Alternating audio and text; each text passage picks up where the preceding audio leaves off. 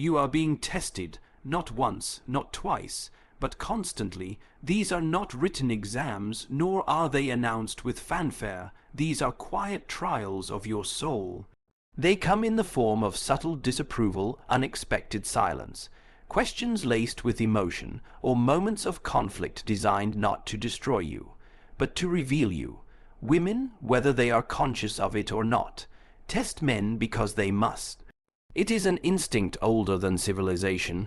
They test not to harm, but to discover. Who are you really when no one is watching? Will you bend to please or stand to lead? This is not about dominance. It is about stability. A man who cannot hold himself in storms will certainly drown others in his panic. She needs to know, and you be her rock, or will you crumble at the first wind of disagreement? And this is where most men fail. They seek to be liked. They apologize for having boundaries. They mold themselves to fit desires they do not understand, thinking that love is bought with compliance. But every time you betray yourself to gain approval, you lose the very quality that makes you worthy of it. Understand this truth. Respect must always precede affection. Women do not admire men who need them. They admire men who choose them while needing nothing but purpose. They admire men who can sit in the fire of conflict and remain unmoved. Not cold, not cruel, but calm and certain. And here's the beautiful irony. When you no longer chase approval, you start to receive it. When you act from strength, not fear, you attract loyalty deeper than words can express. But make no mistake, this journey is not easy. It demands pain. You must look inward and confront every weak impulse that begs you to seek comfort over clarity.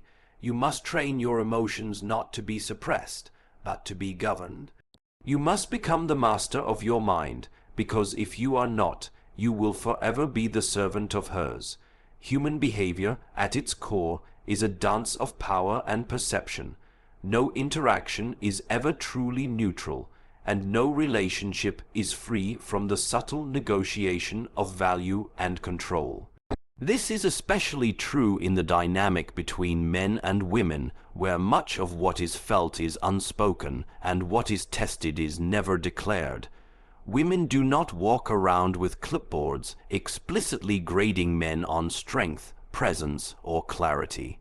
Instead, they observe, they feel, they sense, and most importantly, they test, not because they are manipulative or cruel, but because their survival, historically and biologically, has depended on their ability to recognize true strength. A woman may smile sweetly while asking you a simple question, but beneath that surface is often a deeper current. She is watching how you respond under pressure, how your body shifts when she disagrees, how quickly you retreat when challenged, or how easily you betray your own truth to gain her approval. These moments, small and silent, carry weight far greater than they appear. These tests are not grand displays of confrontation. They are whispers. They are pauses in conversation to see if you grow nervous. They are sarcastic remarks said in jest, designed to measure your response. They are the subtle withdrawal of affection after a mistake, not to punish, but to gauge if you remain grounded or spiral into emotional desperation. Women test men not because they are cruel, but because the man who is easily rattled by discomfort reveals that he is ruled by impulse, not principle. And to a woman, whether she admits it or not, that is deeply unattractive. It signals danger, not protection, instability, not leadership, weakness, not strength. The essence of these tests is not about control but security. A woman seeks, consciously or unconsciously, to feel safe in a man's presence. Not just physically, but emotionally, spiritually, and psychologically. And safety does not come from soft words alone. It does not come from being agreeable or endlessly accommodating. Safety comes from certainty. From witnessing a man who knows who he is, who does not flinch when misunderstood, who can hold space for her emotion without being consumed by it. a man who can stand calmly while she expresses chaos, a man who can lead, not by dominating, but by never abandoning himself. To understand this is to understand the deeper mechanics of female psychology. In a world that shifts constantly, in a life filled with vulnerability, a woman intuitively searches for signs that the man beside her will not collapse under pressure. This is not a conscious cruelty, it is biological wisdom. And these tests are the tools she uses, not to reject you, but to find you, to find the truth about who you are beneath the image you project. Every woman, in her own way, is peeling back the layers of the man she meets, looking for the one quality that cannot be faked, inner stability. And when she finds that you are merely performing confidence, that you are acting strong but shaking inside, that your identity is shaped by her reactions, she withdraws, not always with anger, sometimes with apathy, sometimes with confusion, but she always leaves in some form, whether physically, emotionally, or spiritually. The tragedy is that most men never even know they are being tested. They believe her frustrations are irrational, her questions are random, her distance is unjustified. They take it personally, they react emotionally, and in doing so, they prove her unspoken doubts. They fail the test they never knew they were taking. They believe if they just explain more, apologize more, try harder, she will stop testing them. But what they don't see is this: the testing never truly ends, it only changes form, for a woman does not test the man to punish him. She tests him to awaken him, to see if he is rooted, if he is still standing at the end of her emotional storm. And the man who can remain calm, who does not trade truth for peace, who does not beg for her validation, but listens with composure, he does not only pass the test, he earns her trust. He becomes the man she can follow, not because he demanded it, but because he proved, through silence and steadiness, that he leads himself. This is the hidden battlefield where men rise or fall, one of perception, energy, and quiet strength. In this arena, it is not muscles or money that prevail, but presence. The man who governs his own reality becomes the one who shapes hers, not through force, but through the unwavering gravity of a man who knows himself, and needs nothing from her to be whole. Most men fail because they are conditioned to seek approval instead of commanding respect. From a young age, they are taught that to be accepted, they must be agreeable, to be loved, they must be pleasing. They are rewarded not for speaking truth, but for compliance. This conditioning runs deep. It infiltrates their relationships, their careers, their friendships. And when they enter the realm of romantic connection, especially with women, they carry this subconscious programming with them like invisible chains. They approach love not as sovereign men with values and vision, but as performers auditioning for acceptance. They ask silently, "Am I good enough for you?" rather than declaring, "This is who I am." The man who seeks approval enters every interaction already beneath the one he wishes to impress. He becomes hyper, attuned to her moods, afraid of disapproval, afraid of disagreement, and terrified of rejection. He listens, not to understand, but to anticipate. He speaks, not to express, but to gain favor. Every move he makes becomes strategic, not sincere, and yet, ironically, the more he tries to be accepted, the less he is respected. Women do not fall for men who orbit their emotions like servants. They do not feel drawn to men who collapse under the weight of their opinions. They admire strength, and strength is not loud or aggressive. It is calm, composed, and unshaken by external validation. A woman may appreciate compliments, gestures, and kindness, but she cannot respect a man who gives these things from a place of fear or insecurity. Respect is the currency of deep attraction.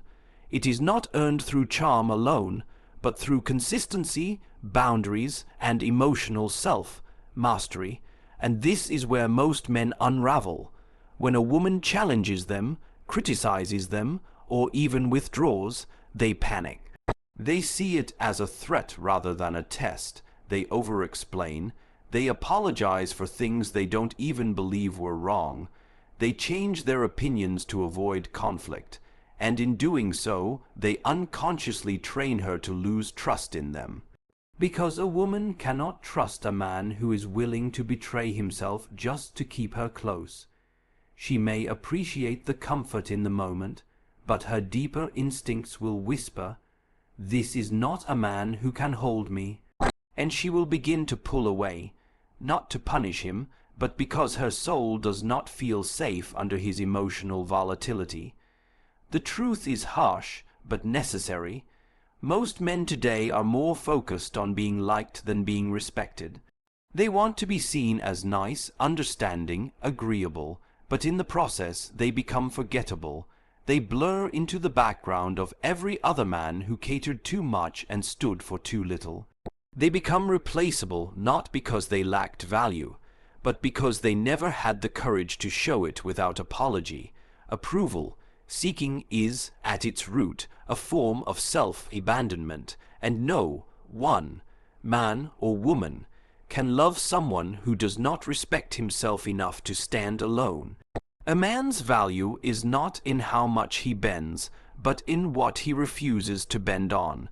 His strength is revealed not when he is winning affection, but when he is at risk of losing it, and chooses integrity anyway.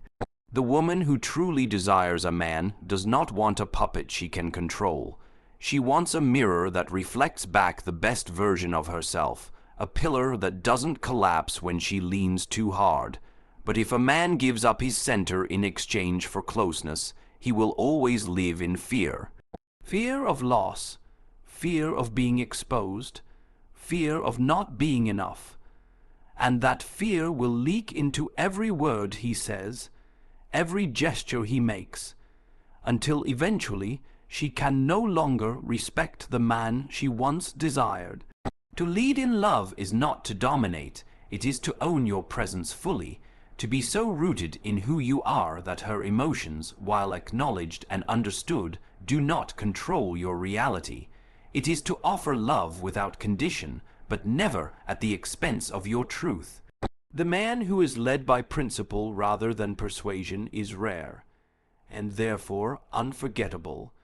He becomes a lighthouse, not a leaf in the storm. And while others fade into the background, he stands tall, not because he demanded respect, but because he earned it by never chasing approval. In every moment where a man is tempted to please at the cost of his essence, he faces a choice: betray himself to be liked, or hold his ground and be respected. One brings temporary comfort, the other lasting power. Emotional control is the highest form of strength a man can develop, not just in relationships, but in life. It is not the suppression of feeling, nor is it the performance of indifference. It is the conscious choice to respond instead of react, to remain grounded when others are shaken, and to act with clarity even in the presence of chaos. In the eyes of a woman, this form of mastery is not only attractive, it is essential. A man who cannot govern his emotions becomes a slave to them, and eventually to her. He lashes out when he feels unheard. He begs when he feels rejected. He becomes erratic, unpredictable, and eventually exhausting. Women instinctively pull away from such men, not out of cruelty, but because their survival instincts scream that this is not someone who can be trusted with pressure, pain, or responsibility. When a woman tests a man emotionally, by withdrawing affection, provoking him with a challenge, or even appearing distant, she is not always seeking answers. Often she is observing energy. She wants to feel his center. Can he withstand the discomfort of emotional dissonance without spiraling? Can he remain respectful when he is angry? Can he still lead, still stand tall when things are not going his way? Most men fail these moments because they become consumed by their need for validation. Their identity is so entangled with her approval that any sign of disconnection feels like death. In their panic, they beg, they bargain, they blame, and in doing so, they lose the one thing she was quietly hoping to find: emotional stability. What many men do not realize is that emotions are not weaknesses. They are signals. They are powerful forces that, when properly channeled, create empathy, vision, and resilience. But when allowed to run wild, they turn kings into beggars. The man who is ruled by emotion is easily manipulated, easily distracted, and easily destroyed. But the man who feels deeply and yet remains unmoved by the urge to react impulsively, that man holds real power. His calm becomes magnetic, his silence becomes meaningful, his every word is measured not because he fears speaking, but because he respects the impact of his voice. Women are not searching for perfection, they are searching for presence. And presence is impossible when a man is caught in the storm of his own insecurity. To possess emotional control is not to become cold or robotic. In fact, the emotionally disciplined man is often the most compassionate, because he sees clearly. He does not need to dominate to feel powerful, nor does he shrink to be liked. He listens fully without rushing to defend. He loves deeply without fearing loss. And most importantly, he remains steady when emotions rise, not because he is numb, but because he is anchored. This is the kind of man a woman can trust, not just with her body, but with her vulnerability, her chaos, her storm, because she knows that when she breaks, he will not shatter with her, he will hold space, not collapse. He will guide, not retreat, and that kind of emotional presence is what separates boys from men and men from legends. When a woman is emotional, what she is often really seeking is leadership, not control, but direction. She is looking for a masculine presence that can absorb her fire without being burned, that can calm the waves without suppressing her nature, and only a man who has mastered his own emotional world can offer that. But this mastery is not inherited, it is earned. It is forged in moments of rejection, in trials of patience, in the agonizing choice to remain still when every part of you wants to lash out. It is built through discipline, through awareness, and through the willingness to feel fully without allowing those feelings to dictate your actions. Emotional control is the quiet force behind every great leader, every stable partner, every man who is truly respected. It is the ability to witness emotion without becoming it, to observe chaos and still speak truth, to feel pain without passing it on. In the end, it is not your intelligence, your appearance, or even your ambition that defines your presence. It is your ability to remain grounded in your own internal authority. And when a woman senses that you do not flinch, that you do not chase, that you do not crumble, she begins to trust in ways words cannot manufacture. She relaxes because she knows you do not need her approval to be whole. And ironically, it is that exact energy that draws her closer, not because you demanded her loyalty, but because you embodied the strength that deserves it.